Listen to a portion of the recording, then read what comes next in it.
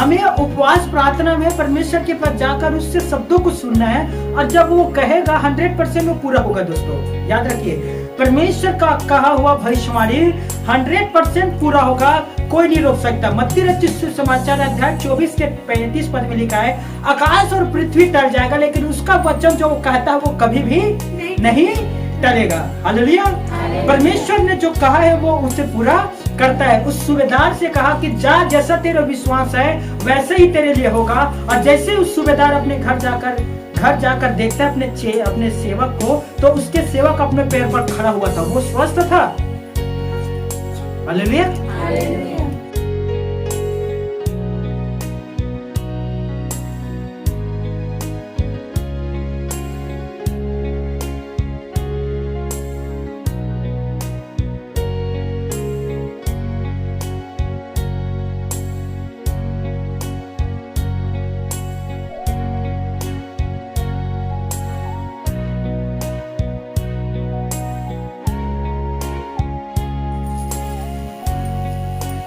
आज उपवास प्रार्थना सभा आरंभ हुआ,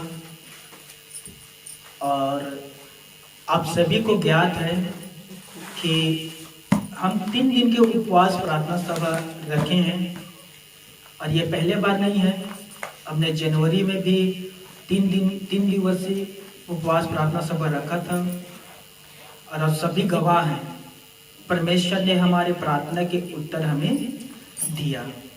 विशेष करके सताव के लिए हमने प्रार्थना उपवास सभा रखे थे जनवरी में, और परमेश्वर के कोटि कोटि धन्यवाद देते हैं कि परमेश्वर ने विरोधियों के मन को बदला, शासन भी आगे आकर कार्य किया। और आज पहला दिन है दोस्तों उपवास प्रार्थना सभा का, और ये जो उपवास हमने प्रार्थना सभा रखा एक मकसद से रखे हैं, एक रीजन है इसके पीछे। बिना रीजन मतलब कि हम सभा नहीं रखे हैं, इसके पीछे वजह है, और वो वजह है दोस्तों कि परमेश्वर पिता अब कलीसिया के अंदर, भवन के अंदर जितने विश्वासी भाई बहन हैं उन सभी को संभाले, और उन गड़बड़ियों के आत्मा को जो कलीसिया के अंदर आकर गड़बड़ी करता है, फूट डालता है, उन्हें वो दूर करे। हालेलुया। आप इस प्रकार से इसे देख सकते हैं। पहले हमने उपवास प्रार्थना सभा रखा था कलीसिया के बाहर गड़बड़ी करने वालों के लिए। आज हम उपवास सभा प्रार्थना सभा रखें कलीसिया के अंदर गड़बड़ी करने वाले। हालेलुया। डोंट डिस्टर्ब मी, या कोई भी डिस्टर्ब ना करे, सारा फोकस परमेश्वर के कलाम की ओर रहना चाहिए। आमीन। तो ध्यान देना दोस्तों, उपवास के साथ प्रार्थना क्यों जरूरी है? कोई भी जवाब देगा? उपवास के साथ प्रार्थना क्यों जरूरी है? कोई भी बताइए।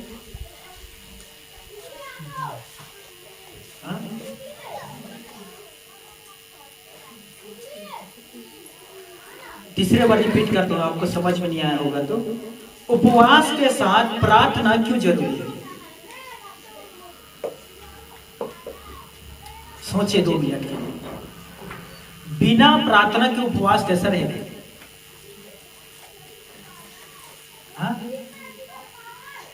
सोचिए एक व्यक्ति कहता है कि मैं उपवास हूं, जैसे कि बहुत सारे अन्य अविश्वासी लोग रखते हैं, उन लोग व्रत, उपवास, फास्टिंग, इंग्लिश में फास्टिंग कहते हैं, उपवास रखते हैं, और दिन भर उन लोग प्रार्थना नहीं करते, मनोरंजन, टीवी, बहनों के साथ बैठकर गपशप करना, गॉसिप करना, भाई भाइयों के साथ बैठकर ताश खेलते हैं, बीड़ी पीते हैं, कुछ लोग नशा भी करते हैं। सोचिए वो कैसा उपवास है दोस्तों जिसमें प्रार्थना नहीं है। कुछ विश्वासी लोग भी इसी तरह से काम करते हैं, मैं देखा हूं। कुछ लोग विश्वासी भी उपवास रखते हैं शुक्रवार, पर दिन भर काम करते हैं, प्रार्थना नहीं करते हैं। सोचिए कैसे उपवास है दोस्तों बिना प्रार्थना के। सोचिए कैसा लगेगा दोस्तों। यदि आपको कोई खाना खाने के लिए बुलाया है और आपको बिना सब्जी का चावल देता है, कैसे रहेगा?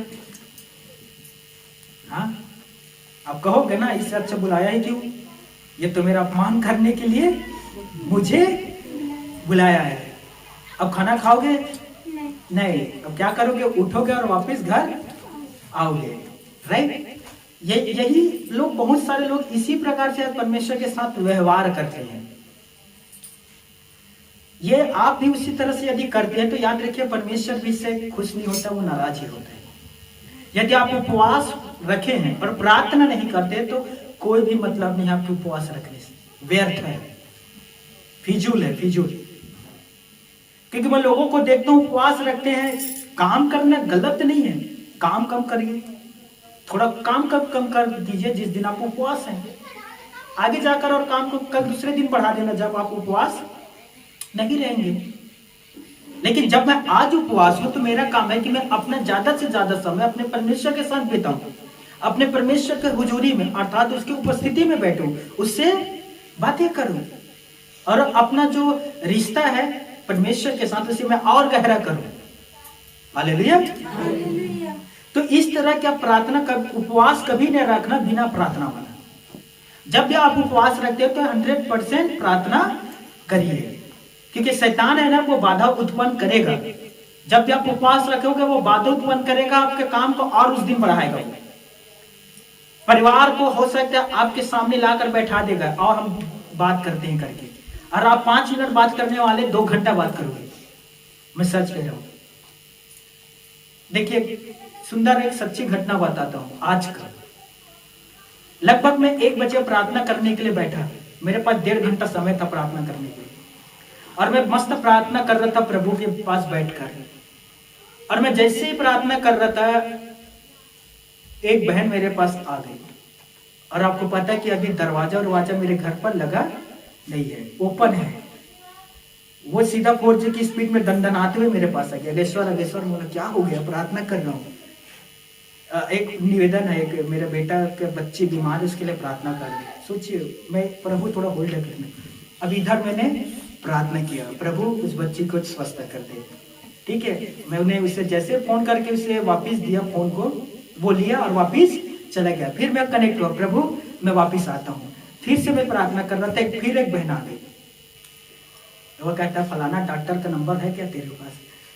समझ में आ रहा है? ये बहुत सारे लोग हैं और ये इनके पीछे वो आत्मा है, बुरी आत्मा, जो आपको प्रार्थना करने से रोकेंगे। दोस्तों, मैं क्या कह रहा हूं, आप अपना समय एक निर्धारित करें, और जब भी आप उपवास और प्रार्थना में समय बिताना चाहते हो, घर पर जाइए, दरवाजा बंद करिए, जितना घंटा बन सकते हैं, 2 घंटा, 3 घंटा, 5 घंटा, 8 घंटा, वो आपके ऊपर है। प्रार्थना करिए। दरवाजा कोई भी खटखटाता है ना खोलिए, आप परमेश्वर के साथ जुड़े हैं, इसीलिए बीच में कोई भी नहीं आना चाहिए। हालेलुया। उपवास करने वालों के लिए आत्मा और जो हमारे अंदर प्राण है वो और भी तेजी से उन्नति करता है। ध्यान दीजिए, उपवास का अर्थ यही है दोस्तों कि हम परमेश्वर के पास जाकर अपने अंदर और जागृति लाते हैं। अब कह सकते हैं कि हमारे अंदर और यीशु नर्सरी का रोशनी आता है। मैं बार बार ये शब्दों को आप सभी से कहता हूं, उपवास रखना फायदेमंद है। क्या है? सभी कहना, उपवास रखना अच्छा है। शरीर को निर्बल करता है, परंतु आत्मा को मजबूत करता है। समझे आप सभी? हालेलुया। सोचिए, बिना उपवास के प्रार्थना अधमरे व्यक्ति के समान होता है। आपने देखे होंगे ना, कुछ व्यक्ति जो अधमरे होते हैं, जीवन और मृत्यु के बीच वो लटका रहता है, अधमरा व्यक्ति। तो आपके जीवन में ऐसा कभी भी नहीं होना चाहिए। जब भी आप उपवास फास्टिंग रखते हैं, निश्चित आप प्रार्थना करिए। घंटे नहीं, 2 घंटा प्रार्थना करिए, 4 घंटा प्रार्थना करिए, क्योंकि आपने उस दिन परमेश्वर के लिए निकाले हैं। हालेलुया। याद रखिए, मैं उपवास में जा रहा हूं, अर्थात मैं ये आज का जो दिन है मैं परमेश्वर के लिए निकाल के रखा हूं, तो मैं अन्य दिन से ज्यादा प्रार्थना करूंगा आज। मेरी बात को समझिए। कल के मुताबिक आज मैं ज्यादा प्रार्थना करूंगा, क्यों? क्योंकि आज मैं उपवास हूं। कल के तुलना में मैं आज ज्यादा मैं बाइबल पढ़ूंगा, क्यों? क्योंकि आज मैं उपवास में हूं। हालेलुया। आपने देखा होगा अभी जब हम सभी प्रार्थना कर देते हैं, देखिए ऐसा प्रार्थना हमने कभी भी नहीं की है जो आज हमने प्रार्थना किया खड़ा होकर। आपने ध्यान दिया? कभी भी हमने ऐसा प्रार्थना नहीं किया है, लेकिन आज अनोखा प्रार्थना था, अलग था दूसरे दिन से। हालेलुया। आज मैं आप सभी को उपवास का अर्थ बता रहा हूं दोस्तों, कि उपवास कैसे करना है और किस तरह से हम उपवास रखकर परमेश्वर के नजदीक जा सकते हैं। किस उपवास से परमेश्वर प्रसन्न होता है और किस उपवास को परमेश्वर स्वीकार नहीं करता, कह सकते हो अपसंद होता है। ये बातों को आज हम देखेंगे। तो आप सभी पवित्र बाइबल, मुकद्दस पाक बाइबल से निकालिए मैथ्यू मत्ती चौथा अध्याय दूसरे पद। मत्ती रचित सुसमाचार चौथा अध्याय दूसरे पद।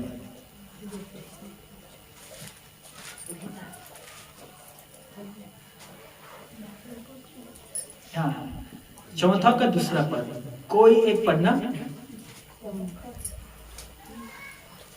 वह 40 दिन वह 40 दिन और 40 रात निराहार रहा।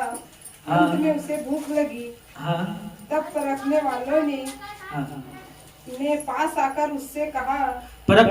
ने पास आकर उससे कहा, यदि तू परमेश्वर का पुत्र है, यदि तू परमेश्वर के पुत्र है तो कह दे कि ये पत्थर रोटियां बन जाए। ठीक है। मत्ती रचित समाचार चौथा अध्याय के केवल दूसरे पद को पढ़िए। दूसरे पद, वह 40 दिन और 40 रात निराहार रहा। अंत में उसे भूख लगी। 40 दिन और 40 रात निराहार रहा, अर्थात यीशु मसीह 40 दिन और 40 रात उपवास रहा दोस्तों, और उसे भी भूख लगा। देखिए लिखा है, अर्थात जब आप उपवास रहोगे तो आपको भूख लगेगी। हालेलुया। ये लिख लीजिए, जब भी आप चाहे एक दिन को उपवास रहो, चाहे एक सप्ताह का उपवास रहो, चाहे 40 दिन के आप उपवास रहो, आपको भूख लगेगा। यीशु मसीह को भी भूख लगा था। जहां परमेश्वर और प्रभु यीशु का नाम आता है, वहां प्रार्थना, आराधना, भक्ति, साधना, पूजा अर्चना और उपवास भी आता है। ऐसा कोई भी नहीं है विश्वासी कोई भी भवन पर जो प्रभु के साथ उसका नाम जुड़ा है और वो प्रार्थना नहीं करता हो, प्रभु के भवन जाता है और वो उपवास नहीं रखता हो। मैं अपने जीवन की छोटा सी गवाही बताता हूं। मैंने एक दिन बचपन में उपवास रखने के लिए सोचा और मैंने अपने घर वालों से कहा, आज मेरे लिए खाना नहीं पकाना। तो घर वालों ने पूछा क्यों? मैंने कहा आज मैं उपवास रहूंगा। उस समय मेरा उम्र लगभग 15-16 साल रहा होगा। घर वाले लोग हंसने लगे, कहने लगे तू उपवास रहेगा, दिन में 3 बार ठूसता है वो उपवास रहेगा, हमें तो यकीन नहीं हो रहा है। तो मैंने कहा नहीं, मैं उपवास रखूंगा। तो घर वालों ने सोचा चलिए ठीक है, इसके लिए खाना ना पकाना। अब उस दिन मैं ही नहीं, मेरे घर के लगभग सभी लोगों ने उपवास रखा था, तो उस दिन खाना नहीं पकाया दोस्तों। और देखिए मैं नहा धोकर घर से बाहर निकला, सर्वप्रथम अपने दोस्तों के पास जाकर अपने चेहरा लटका हुआ था, एकदम उदास, जैसे 4 दिन का खाना नहीं खाया है। बाल भी नहीं बनाया था उस दिन, ऐसे ऐसे कर लिया था ताकि उन्हें पता चले कि मैं उपवास हूँ। दोस्तों के पास गया, दोस्तों ने पूछा क्या बात है, चेहरा क्यों लटका हुआ है? तुम्हें पता नहीं है भाई, आज सबसे बड़ा मैं काम कर रहा हूँ। दोस्तों ने पूछा कौन सा? तुम्हें नहीं पता, मैं उपवास हूँ। हालेलुया। उस समय मेरा दादा दादी दोनों जीवित थे। दादा दादी जाके उनके पास कहा कि मैं उपवास हूँ। ऐसा था कि मैं उपवास था और ढिंढोरा पीट रहा था कि मैं उपवास हूँ। जैसे ही दोपहर का 1 बजा, पेट में चूहा कूदना आरंभ किया। मैंने अपने आप से कहा मैं उपवास हूँ। तूने कम से कम 50 लोगों को बताया है कि मैं उपवास हूँ, तो अपना सम्मान ना खोना। समझ में आ रहा है? 1:30 बजा, भूख जो था 25 से 50 में चला गया, 2 बजा 100% हो गया। अब मैं कंट्रोल नहीं कर पा रहा था दोस्तों, और मेरा बार बार जो ध्यान था वो चावल की तरफ जा रहा था। लेकिन मैंने कह दिया था कि मेरे लिए खाना ना पकाना, और घर में सभी लोग उपवास थे, इत्तेफाक था उस दिन, सभी उपवास थे। घर गया, मैं खाना ढूंढने लगा, पिछले भी बचे हुए जो रात को बोरे बासी था वो बचा हुआ था दोस्तों। मैं गया, मैं उस दिन ना चटनी था ना तो सब्जी था, सिर्फ चावल था, वो भी बासी बचा हुआ। मैंने उसे खाया दोस्तों, और जैसे ही खाया, मुंह बनाया, फिर बाहर निकला। सभी को पता ना चलना चाहिए कि मैंने खाना खा लिया है। समझ में आ रहा है? और बाहर जाकर फिर मैं उदास चेहरा रख कर, बाल को बिखेर कर घूम रहा था कि इन्हें पता ना चले कि मैं खाना खाया हूँ। और खाना खाने के बाद जितना मैंने खाना खाया था, जितना कम हुआ था बोरे बासी, उतना उसमें और पानी डाल दिया था ताकि घर वाले को पता ना चले। अब देखिए शाम हुआ, घर वाले लोग पूरी बना रहे हैं। समझ में आ रहा है? और घर वाले खुद से किया, पहले बार हमारे बेटा उपवास है, पूरी खीर, सोचिए ये सब कुछ तैयार कर रहे घर वाले शाम को। और जैसे ही खाने के लिए मैं बैठा, मम्मी लोग ने सोचा कि जो बचा बासी उसे मैं गायों को दे दूं। जैसे देखते हैं तो उसमें नहीं था, केवल पानी था। भांडा फूट गया मेरा दोस्तों। समझ में आ रहा है? तो ये पहले था मेरा, पहले बार मैं उपवास रखने की कोशिश किया, परंतु मैं नाकाम था। बाइबल पढ़िए, प्रभु यीशु ने उपवास रखने से पहले उसने कहा कि तुम्हें उपवास इस तरह से नहीं रखना है। यीशु ये नहीं कह रहा दोस्तों कि तुम उपवास ऐसा करो, वो सर्वप्रथम कहता है कि तुम्हें मनुष्यों को दिखाने के लिए उपवास, मनुष्यों को दिखाने के लिए कभी भी उपवास ना रखो। देखते हो आजकल के भाई बहन को मेरे जैसे काम करते, उपवास रहते तो ढिंढोरा फूटते, मैं हाँ 4 लोगों को बताएंगे, व्हाट्सएप करेंगे, मैं देखो उपवास रखा हूँ। बहुत सारे लोग मौन उपवास रहते हैं, एक शब्द नहीं बोलते, वही लोगों को बताते हैं। कुछ लोग निर्जल उपवास रहते हैं, पानी नहीं पीते।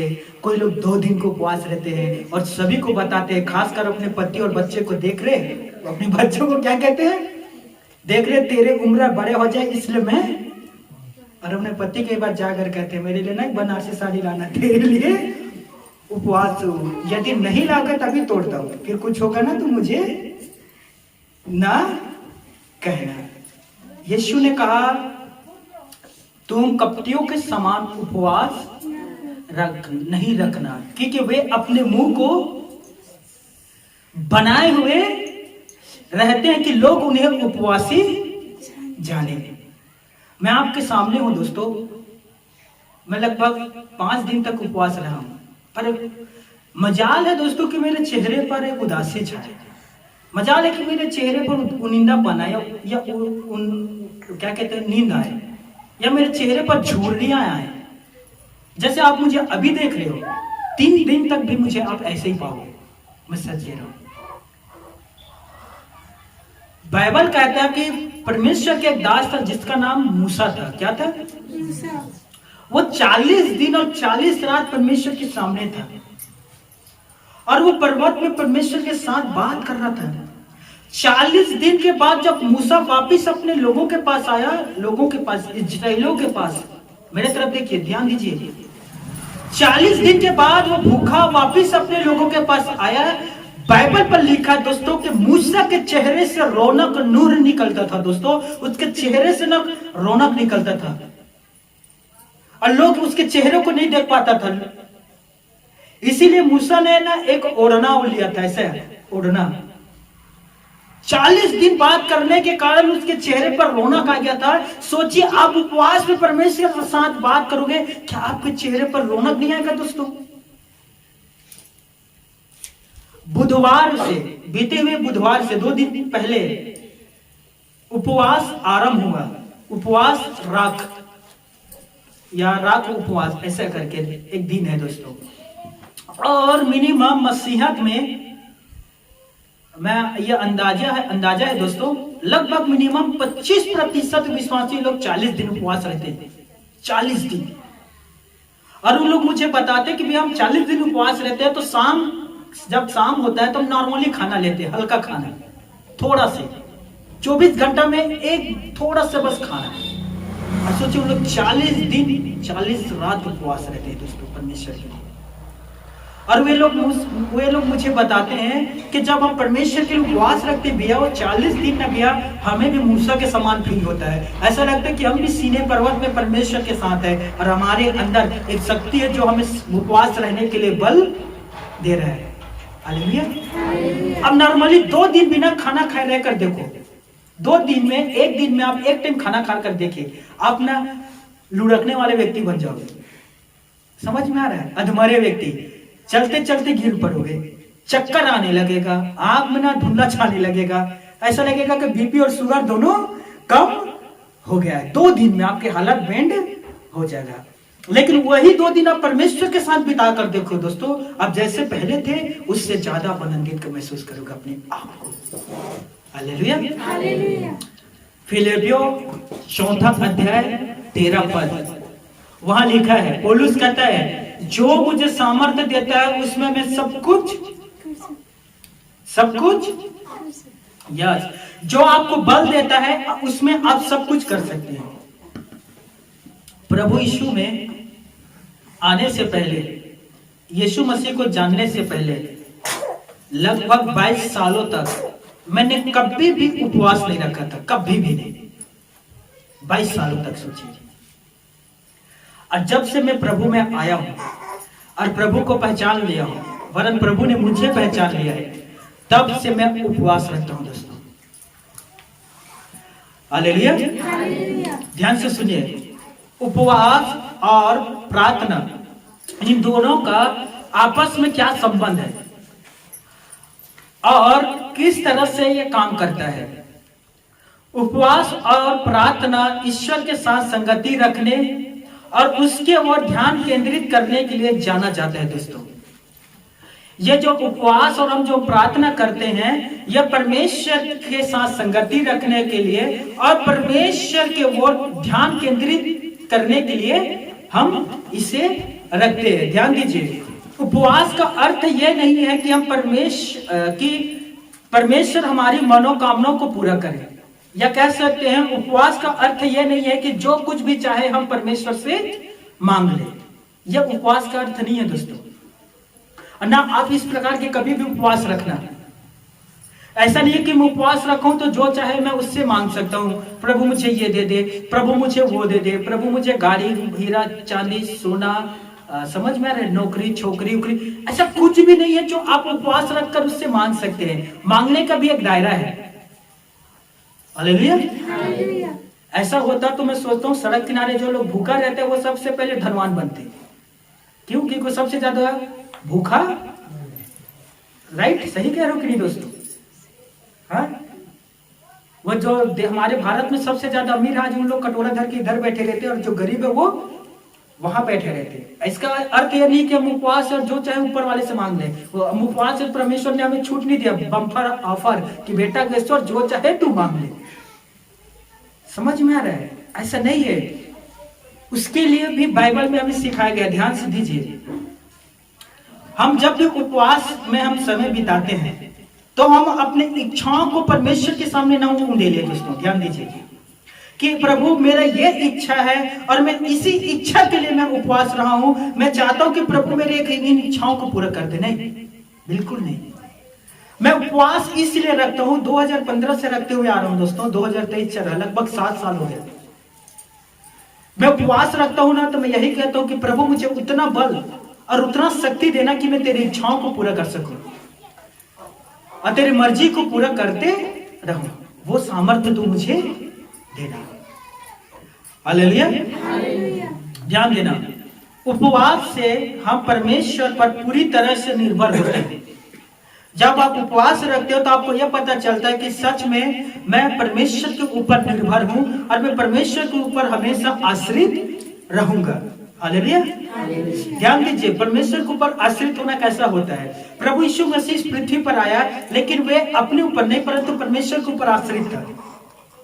और देखिए, उसने परमेश्वर के ऊपर आश्रित होकर अपने जीवन को व्यतीत किया। हर चीजों के लिए यीशु मसीह परमेश्वर से प्रार्थना करता था। 5000 लोगों को खिलाने से पहले उसने प्रार्थना किया था। लाजर को मुर्दा से जिंदा करने से पहले प्रार्थना किया था। वो परमेश्वर के पुत्र था, सारा अधिकार उसके पास था, फिर भी वो परमेश्वर के ऊपर आश्रित था दोस्तों, निर्भर।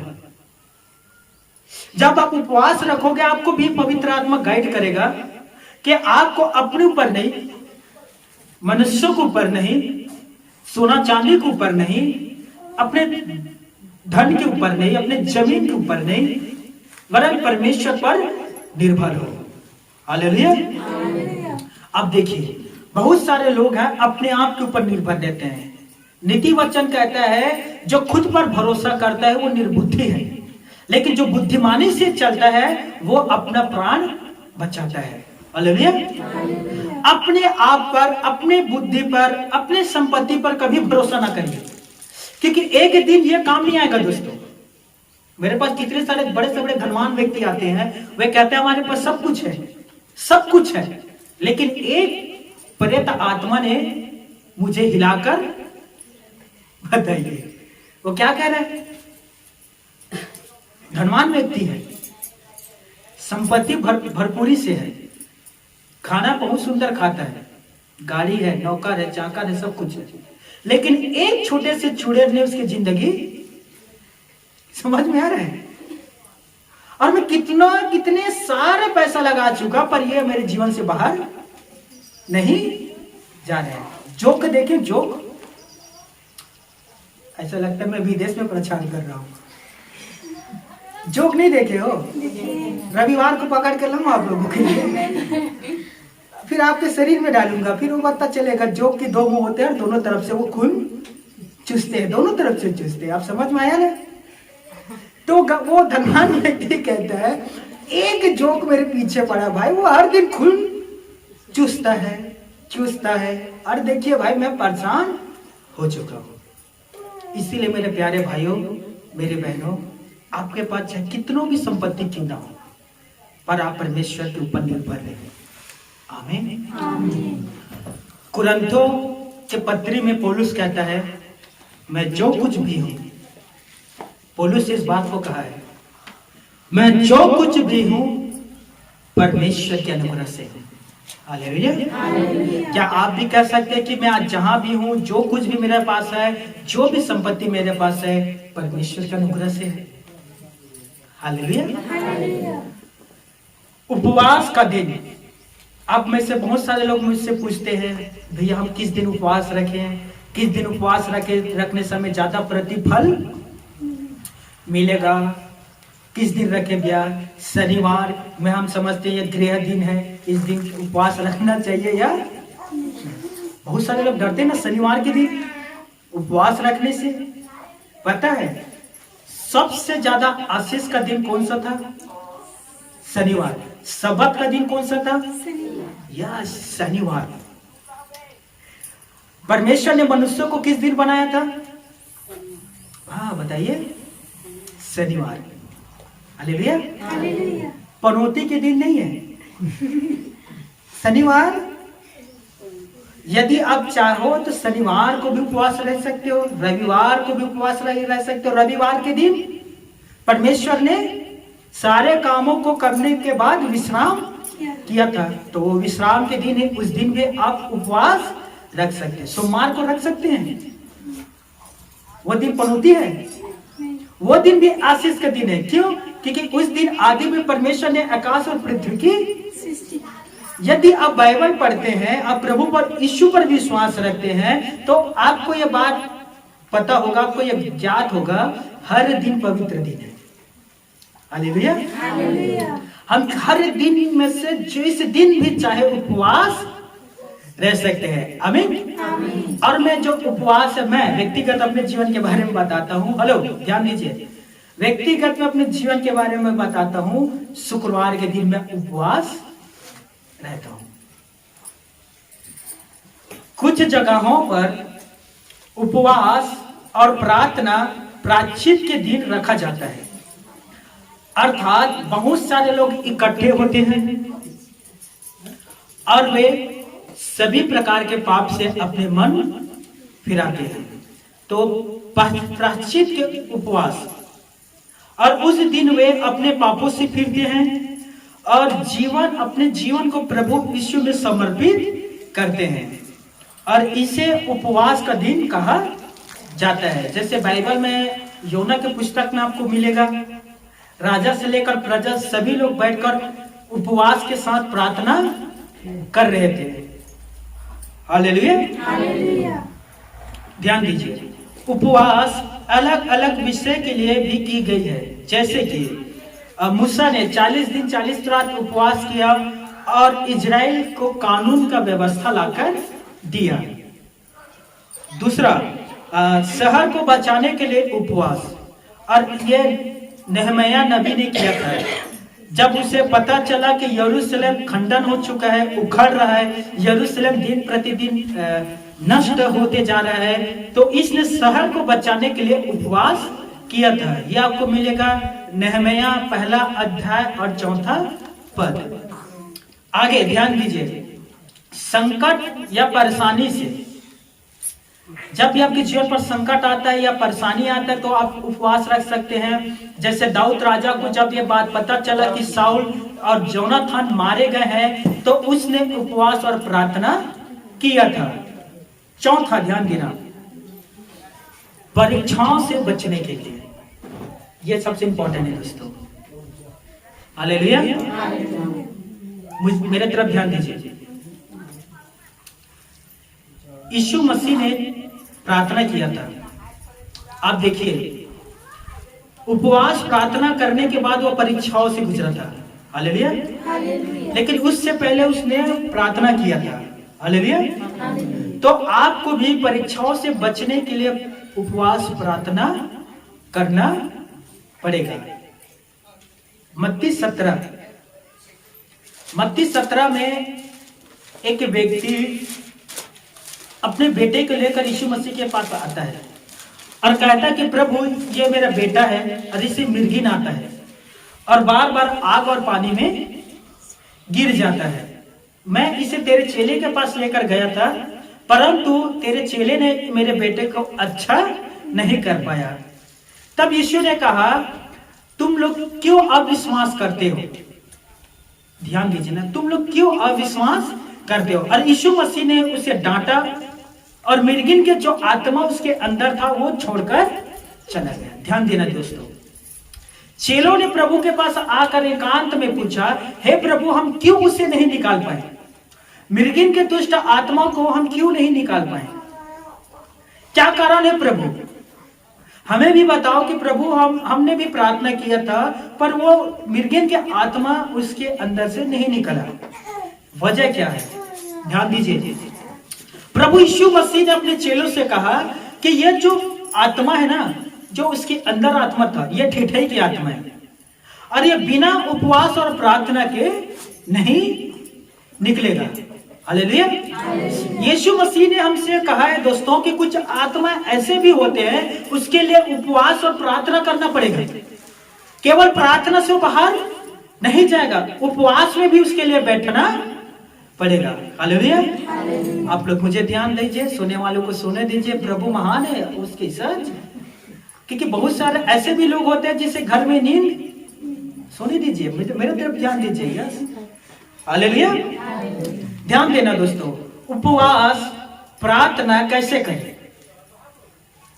मैं फिर कहता हूं, उपवास प्रार्थना कैसा करें? कोई ना कोई, मैं जैसे आरंभ में कहा, वजह होना चाहिए जिसके लिए आपको उपवास रखना है, बिना वजह के नहीं दोस्तों। जैसे कि हम आज उपवास प्रार्थना सभा इसलिए रखे हैं ताकि कलीसिया में जो गड़बड़ी मचा है वो दूर हो जाए। हालेलुया। ध्यान देना दोस्तों, हमें उपवास और प्रार्थना अपनी शारीरिक इच्छाओं को पूरा करने के लिए भी नहीं रखना है, बल्कि हमारे जीवन में जो परमेश्वर की इच्छा है उसे पूरा करने के लिए हमें उपवास और प्रार्थना करना है। जैसे कि प्रभु के साथ अपना रिश्ता और भी गहरा करने के लिए हमें उपवास करना है। परमेश्वर से हम दिन में एक बार बात करते हैं तो हमें उपवास में उसके साथ एक दिन में दिन भर बात करना है। हालेलुया। मेरे साथ एक पुस्तक निकालना, पुराने नियम से है, योएल की पुस्तक,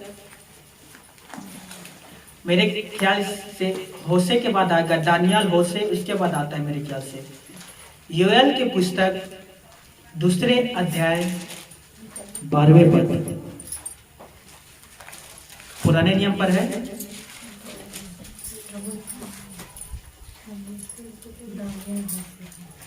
थोड़ा कठिन लगेगा, निकालो, देखता हूँ।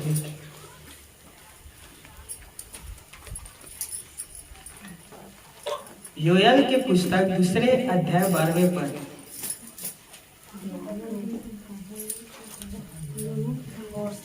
जो निकाल चुके हैं वो पृष्ठ नंबर बता दीजिए, नहीं तो खोजते रहेंगे मुझसे।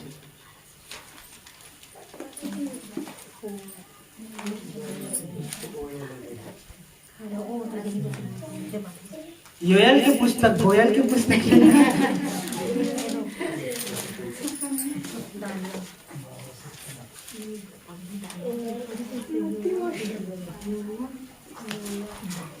चलिए, जो भी निकाल लिए पढ़िए।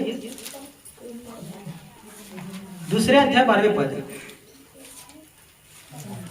तो भी यहोवा की यह वाणी है, तो भी यहोवा की यह वाणी है, अब भी सुनो। हाँ, उपवास के साथ रोते पीटते पूरे मन से फिर कर मेरे पास आओ। आराम से पढ़ो बहन, कहीं जाना है क्या?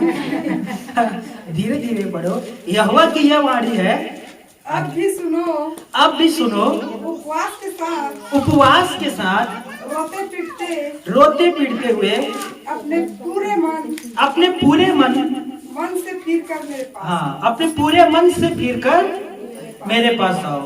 तो परमेश्वर चाहता है कि हम उपवास करके उसके पास आए। हालेलुया।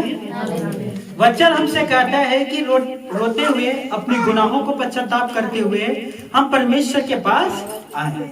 ये कौन चाह रहा है? परमेश्वर पिता। हालेलुया। परमेश्वर पिता उस उपवास से प्रसन्न होता है। यह आपको मिलेगा यशायाह अध्याय 58 के 6, घर पर पढ़ लेना। परमेश्वर चाहता है कि उसके लोग उपवास करें और उस पर निर्भर हो, तब वो आपको और आपके परिवार को वो आशीषित करेगा। ध्यान दीजिए दोस्तों, परमेश्वर चाहता है कि आप उसके लिए उपवास करें और उसके ऊपर आप निर्भर हो, तो वो केवल आपको ही नहीं परंतु आपके परिवार को भी वो आशीषित करेगा। हालेलुया। और आखिरी बात मैं कहने के बाद खत्म करूंगा, ध्यान देना। प्रेरितों की कलीसिया हम विश्वासियों के लिए एक सबसे अच्छा उत्तम उदाहरण दिया है दोस्तों, प्रेरितों के कलीसिया ने। और वो उदाहरण कुछ इस प्रकार से, ध्यान दीजिए। उन्होंने अपने प्रत्येक महत्वपूर्ण निर्णय को लेने से पहले उपवास करते थे। यह आपको मिलेगा प्रेरितों के काम 14 अध्याय और 23 पद में। और वे लोग जब उपवास सहित प्रार्थना कर रहे थे, तब परमेश्वर के आत्मा ने उनसे कहा, देखिए वह लोग उपवास समय प्रार्थना कर रहा है प्रेरितों के काम में, तब परमेश्वर के आत्मा ने उन लोगों से बातें की है। और वो जो बात किया था कुछ इस प्रकार से है, ध्यान दीजिए। प्रेरितों के काम 13वें अध्याय 2 पद को पढ़िए। यह परमेश्वर का जवाब था, उपवास प्रार्थना का जवाब। जी पढ़िए, प्रेरितों के काम 13वें अध्याय 2 पद।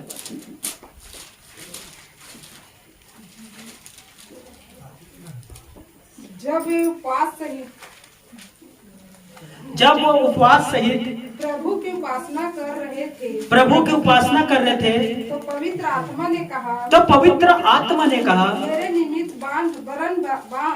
मेरे निमित्त बरनबास और साउल को उस काम के लिए अलग करो, जिसके लिए मैंने उन्हें बुलाया है। हालेलुया। चलिए, अब 10-15 मिनट के लिए प्लीज मुझे देखिए। अब मैंने निकलवाऊंगा बाइबल से, नहीं तो आप ढूंढते रह जाओगे। मेरे तरफ देखिए, सभी कहना, जब भी हम उपवास करते हैं तब परमेश्वर हमें जवाब देता है। आमीन। जब प्रेरितों के लोगों ने प्रेरित लोगों ने प्रार्थना कर रहे थे कि प्रभु, आपकी जो सेवा कार्य के लिए आपने जिस लोगों को नियुक्त किया है, आप लोग नहीं जानते क्योंकि वो लोग बहुत सारे लोग थे दोस्तों, बहुत सारे। और प्रभु से प्रार्थना कर रहे थे कि प्रभु किन 2 लोगों को अन्य जातियों में भेजें आपकी सेवा करने के लिए। अब देखिए, सारे कलीसिया के लोग उपवास सहित प्रार्थना कर रहे थे, सारे लोग इकट्ठे थे दोस्तों। जब वे लोग इकट्ठे होकर प्रार्थना कर रहे थे, पवित्र आत्मा उनके बीच में आया और पवित्र आत्मा ने उन्हें गाइड किया, दिशा निर्देश दिया कि बरम्बास और साउल को अलग कर, ताकि ये अन्य जातियों में जाकर मेरे नाम का प्रचार करेंगे। हालेलुया। अब मैं आपको उपवास के सामर्थ्य बताता हूं, ध्यान दीजिए। जब आप उपवास करते हैं दोस्तों, बाइबल गवाह है, बाइबल गवाह है। एस्तर की पुस्तक पढ़ लेना घर पर जाकर, बाइबल गवाह है। योना की पुस्तक पढ़ लेना घर पर जाकर, बाइबल गवाह है। परमेश्वर ने अपनी इच्छाओं को भी बदला है। हालेलुया। बाइबल का गवाह है कि योना ने जाकर वहां कहा था कि 40 दिन के बाद पृथ्वी जो निनवे नगर है नष्ट हो जाएगा। 40 दिन के बाद जब सारे लोग उपवास के साथ प्रार्थना कर रहे थे, रो रहे थे, पापों के लिए प्रायश्चित कर रहे थे, वहां लिखा योना 3:10 में कि परमेश्वर ने उनकी उपासना और प्रार्थना को देखकर अपने मन को बदला और उन्हें जो हानि करने के लिए ठाना था, हानि नहीं किया, परंतु उन पर अनुग्रह किया। हालेलुया। और पता है, उपवास प्रार्थना के प्रभाव से 1,20,000 लोग बच गए दोस्तों। उपवास के सामर्थ्य को समझिए। जब आप उपवास में प्रार्थना करते हैं, मैं सच कहता हूं दोस्तों, परमेश्वर पिता बहुत सारे लोगों के जीवन को बदला है, बहुत सारे लोगों के। आप प्रार्थना करिए, देखिए हम लोगों ने उपवास के साथ प्रार्थना किए थे और रिजल्ट हमारे आंखों के सामने हमें मिला। हालेलुया। और आज जो हम उपवास प्रार्थना समय में समय बिता रहे, देखना रिजल्ट आपके आंखों के सामने तीसरे दिन रविवार को आपको दिखाई देगा। हालेलुया। क्योंकि हम जो उपवास रखे हैं और जो हम प्रार्थना कर रहे हैं, वे व्यर्थ नहीं जा रहे दोस्तों। ध्यान दीजिए, आप निराश नहीं होंगे, आप हताश नहीं होंगे दोस्तों।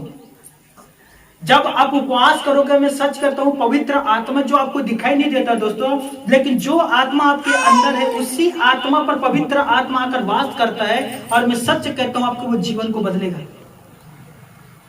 हालेलुया। पुराने नियम में अनेक ऐसे उदाहरण पाए जाते हैं, जैसे कि दानियल ने प्रार्थना किया दोस्तों। और देखिए, दानियल की प्रार्थना की वजह से पूरे पृथ्वी के लोग सच्चे परमेश्वर को पहचान पाए। हालेलुया। अर्थात आप प्रार्थना करिए दोस्तों, आप एक रूम में, एक जगह प्रार्थना करिए। आप एक रूम में प्रार्थना कर रहे हैं, लेकिन परमेश्वर के जो सामर्थ्य भुजबल है वहां काम कर रहा है, जिसके लिए आप प्रार्थना करिए। हालेलुया।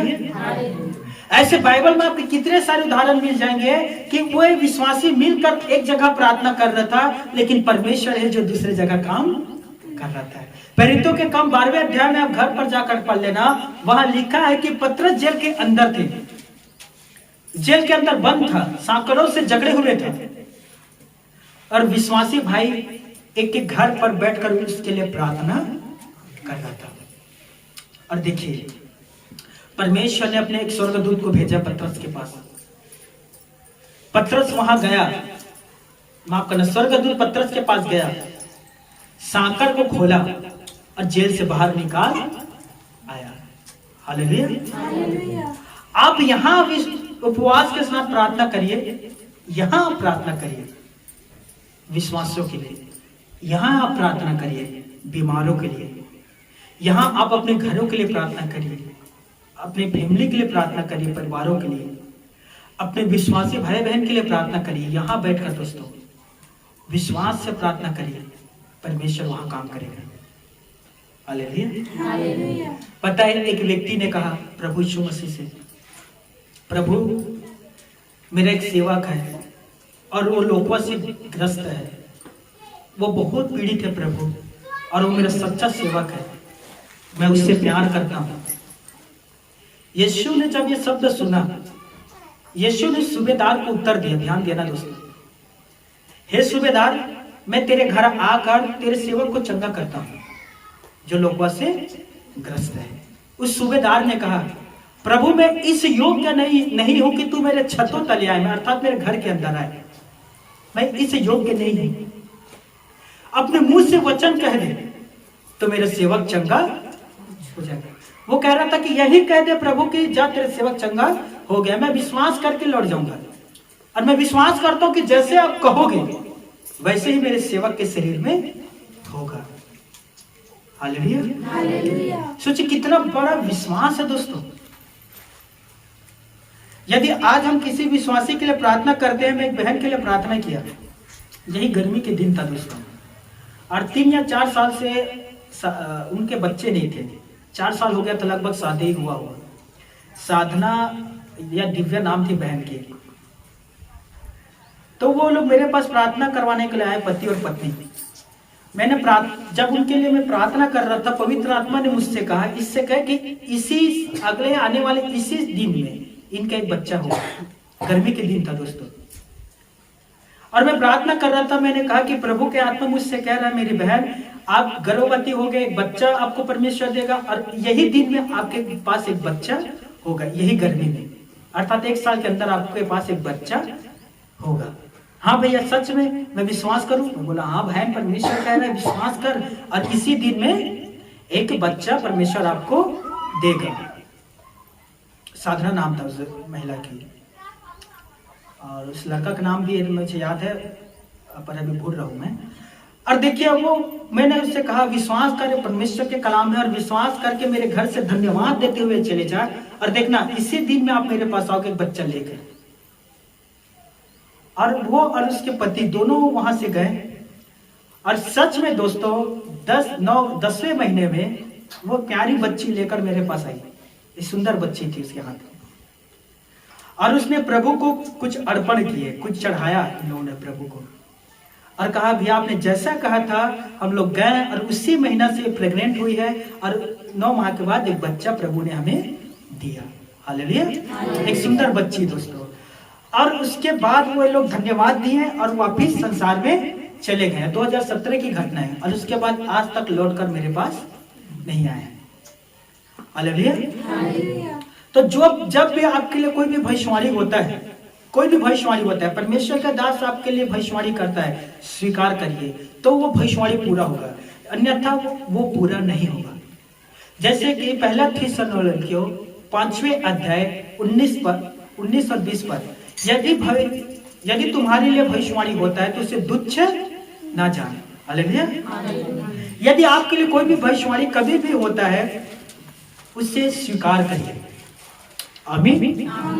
आपने देखा होगा मैं बहुत कम 100 में लगभग 1% भविष्यवाणी करता हूँ। आप लोग सोच रहे होंगे कि हमारे ये जो प्रभु के हमारे ये दास इतना कम भविष्यवाणी क्यों करता है, ज्यादा क्यों नहीं करता। मैं अपने ओर से भविष्यवाणी नहीं करता, समझ में आ रहा है।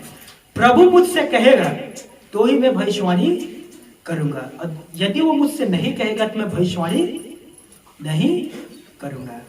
हालेलुया। तो अपने ओर से भूल कर भी भविष्यवाणी ना करना, नहीं तो अपने ही पैर में कुल्हाड़ी मारना है।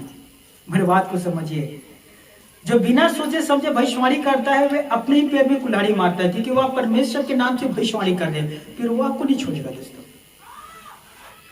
समझ में आ रहा है? क्योंकि बहुत सारे लोग हैं, उपवास करता है, प्रार्थना भी करता है और भविष्यवाणी करता है अपने ओर से, और ये गलत है दोस्तों।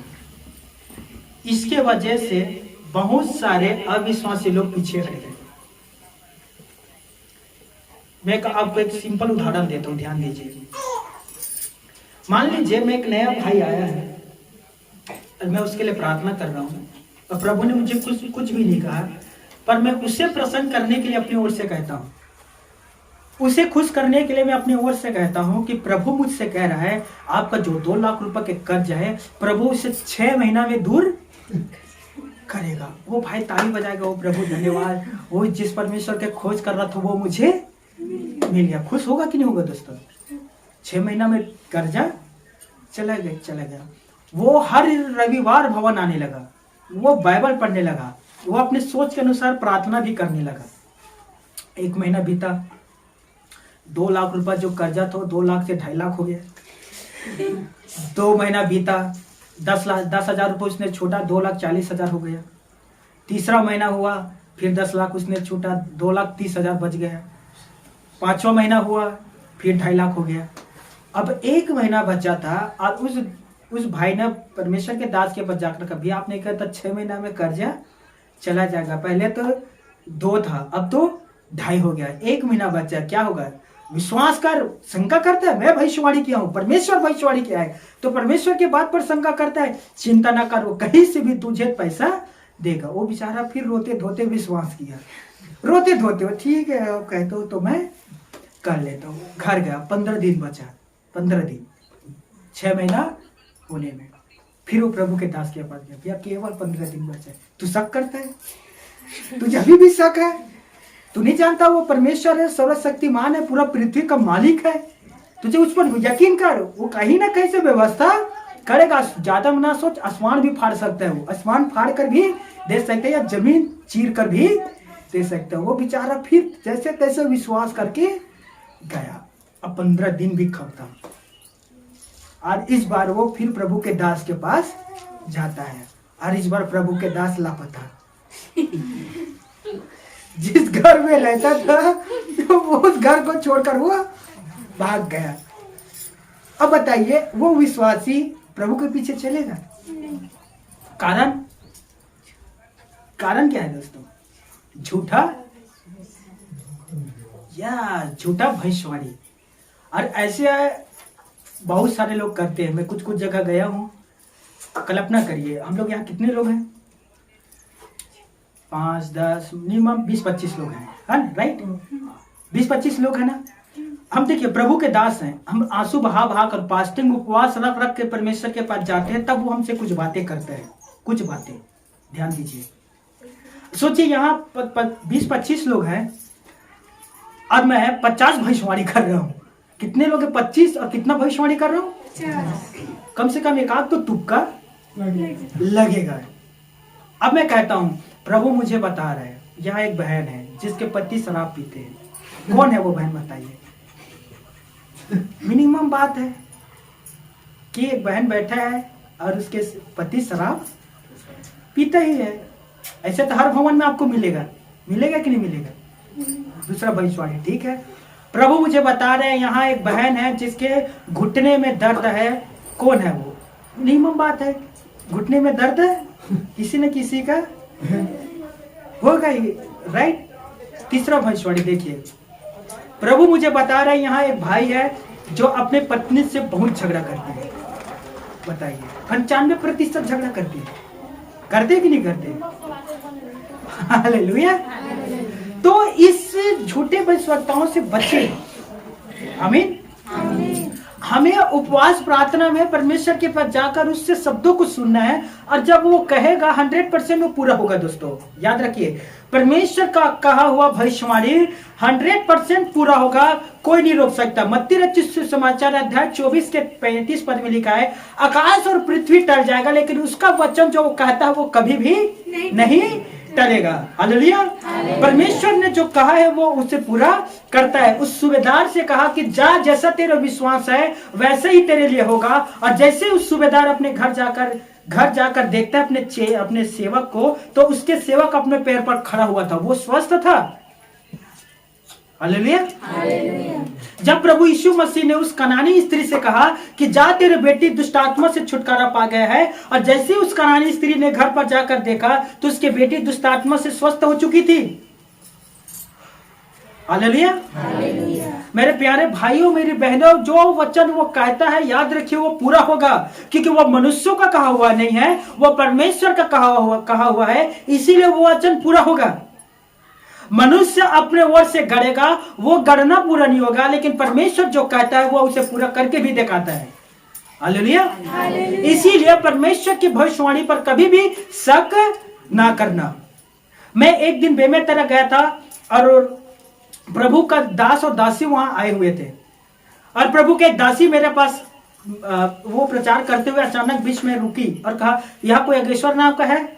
मैं हाथ उठाया, हाँ मैं हूं। वो मेरे पास आई और कहा कि प्रभु मुझे आपके विषय में कुछ बातें बता रहा है। मैं बोला जी बोलिए, मैं स्वीकार करूंगा। उसने कहा प्रभु मुझे बता रहा है आपके कलीसिया बहुत तेजी से बढ़ने वाला है, चारों दिशा से आपके भवन पर लोग आएंगे। मैंने कहा धन्यवाद। दूसरा, प्रभु मुझे बता रहा है कि आप हिंदी में प्रचार करते हो, इंग्लिश में ट्रांसलेटर भी भेजने वाला है। मैंने कहा प्रभु का धन्यवाद। तीसरा, प्रभु मुझे बता रहा है कि आप 3 बार जेल जाओगे, 1 बार आप जेल गए और 2 बार और जाओगे। मैंने कहा प्रभु शुक्रिया।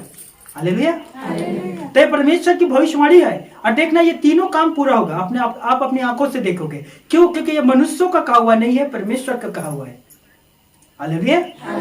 और मैंने उसे स्वीकार किया दोस्तों, और मैं तीनों के लिए धन्यवाद दिया परमेश्वर को। 2 तो अनमोल है और तीसरा भी अनमोल है। हालेलुया।